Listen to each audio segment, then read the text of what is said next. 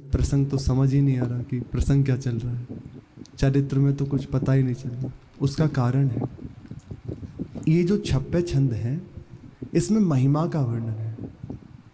वे क्या है, क्या दे रहे हैं, कैसे अपने जनों पर अनुग्रह कर रहे हैं, ये प्रदान करने के लिए उनका अवतार हुआ है। अच्छा, इसमें सिद्धांत आता है उन्हीं की वाणियों का, उन्हीं के अनुयायियों का, उन्हीं की वार्ता, जिससे हम किंचन मात्र कुछ उस किनके को पा सकते हैं। जैसे कई दिनों से प्रातःकाल मंगला में महाराज जी महापुरुषों का आवाहन, उनका चिंतन, उनकी कृपा का वर्णन कर रहे हैं।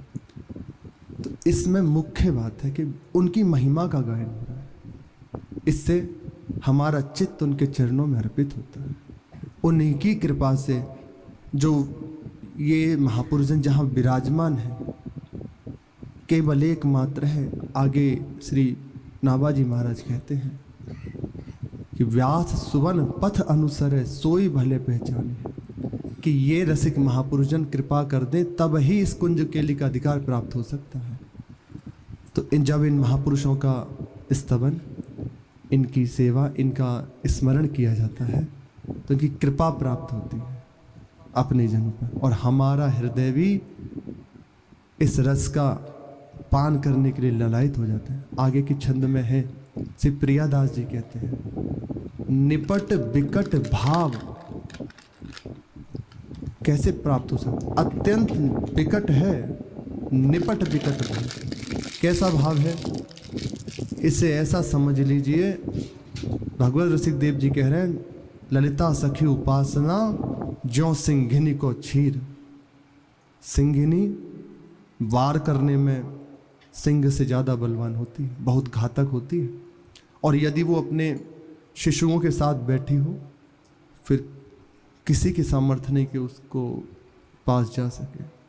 तो ऐसे ये रसिक महापुरुष हैं, इन्हीं की कृपा दृष्टि ने को क्यों न पाई। यदि ये कृपा कर दे तब इसके अधिकारी हो सकते हो। ये रस सिंघिनी का क्षीर है, और सिंघिनी के दूध की महिमा है, या तो कुंदन के पात्र के बच्चा के पेट, या तो कुंदन के पात्र, या फिर सिंह सावक जो उसका शिशु है उसी के पेट में रुक सकता है। तो अपनी सामर्थ्य कुंदन का पात्र बनने की नहीं है। ये तो ललिता विशाखा आदि नित्य सखियां हैं, हाँ, इनका बालक बन सकते हैं।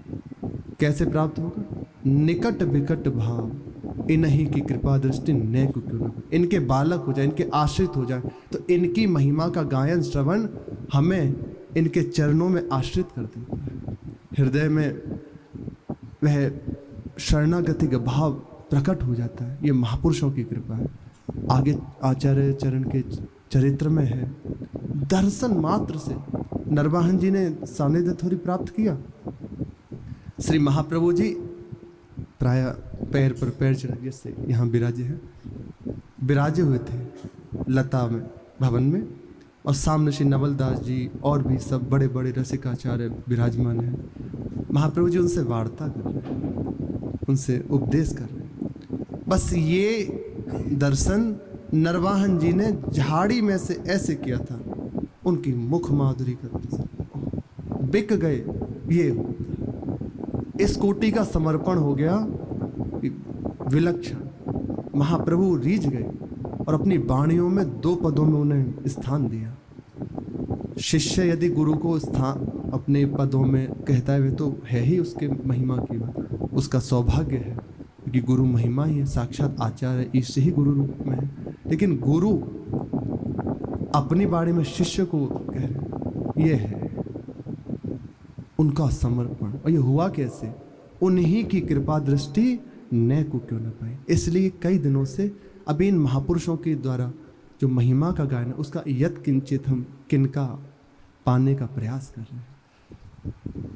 वर्ष संत न होते जग में जल मरता संसार। ये महापुरुष जन ना हो तो समस्त संसार में आग लग जाए। ऐसा विचित्र तांडव व्यास सुवन पथ अनुसरे सोई भले पहचाने।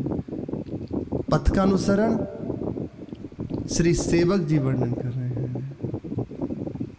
सेवक वाणी ये पथ है, कैसे इस रस को प्राप्त किया जा सकता है। संपूर्ण सेवक वाणी में हरिवंश महाप्रभु के द्वारा जो उपासना को प्रकाशित किया गया उसका रहस्य है सेवक वाणी। ऐसा वर्णन है कि सेवक वाणी जो नहीं जाने तिनकी बात रसिक नहीं माने। जो सेवक वाणी नहीं जानते, सेवक वाणी का अनुशीलन नहीं करते, रसिकों के मध्य में उनकी गिनती नहीं होती।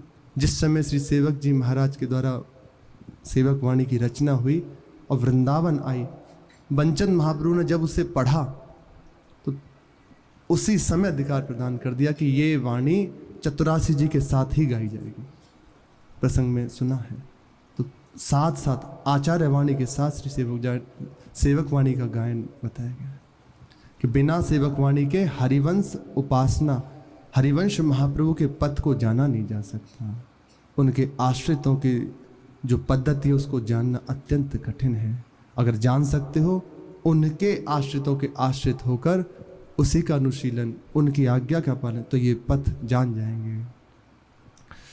श्री महाप्रभु जी हृदय में लाडली जो की प्रधानता, राधा चरण प्रधान, दृढ़ता पूर्वक, कोई इसमें ऐसा नहीं कि कहीं भी किंचन मात, कहीं किनका या कुछ और, केवल राधा चरण प्रधान, कुछ और, केवल राधा चरण प्रधान। लालजू की उपासना लाडली जो की प्रसन्नता के लिए, लाड लाडली दो नहीं है पर प्रीति का स्वरूप है। उनका प्रेम भाव लाडली जो के चरणों में, और लालजू की उपासना करते हैं, सेवा करते हैं लाडली जो के सुख के लिए। उन्हीं के चरणों में हृदय में अत्यंत प्रेम श्री महाप्रभु जी, श्री वृंदावन बिहारी युगल सरकार, श्री श्यामा श्याम सखी रूप से निरंतर इनका सानिध्य है, इनकी सेवा। और महाप्रभु जी के संबंध में ये प्रसंग सुन सकते हैं। ये बात प्रसिद्ध है, सर्वसु महाप्रसाद प्रसिद्धता के अधिकारी। तो प्रसंग श्री विट्ठल नाथ जी का प्रसाद का सुना था। इसके अधिकारी दूसरे वंशी का व्रत है, वह राधा नाम के सिवा कुछ और नहीं गाते। अगर गाएगी तो राधा नाम।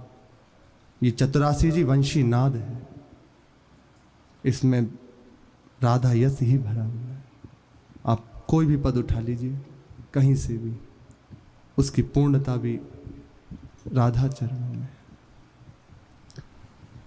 महाप्रसाद को सर्वस्व मानते हैं ये महाप्रभु जी के संबंध में।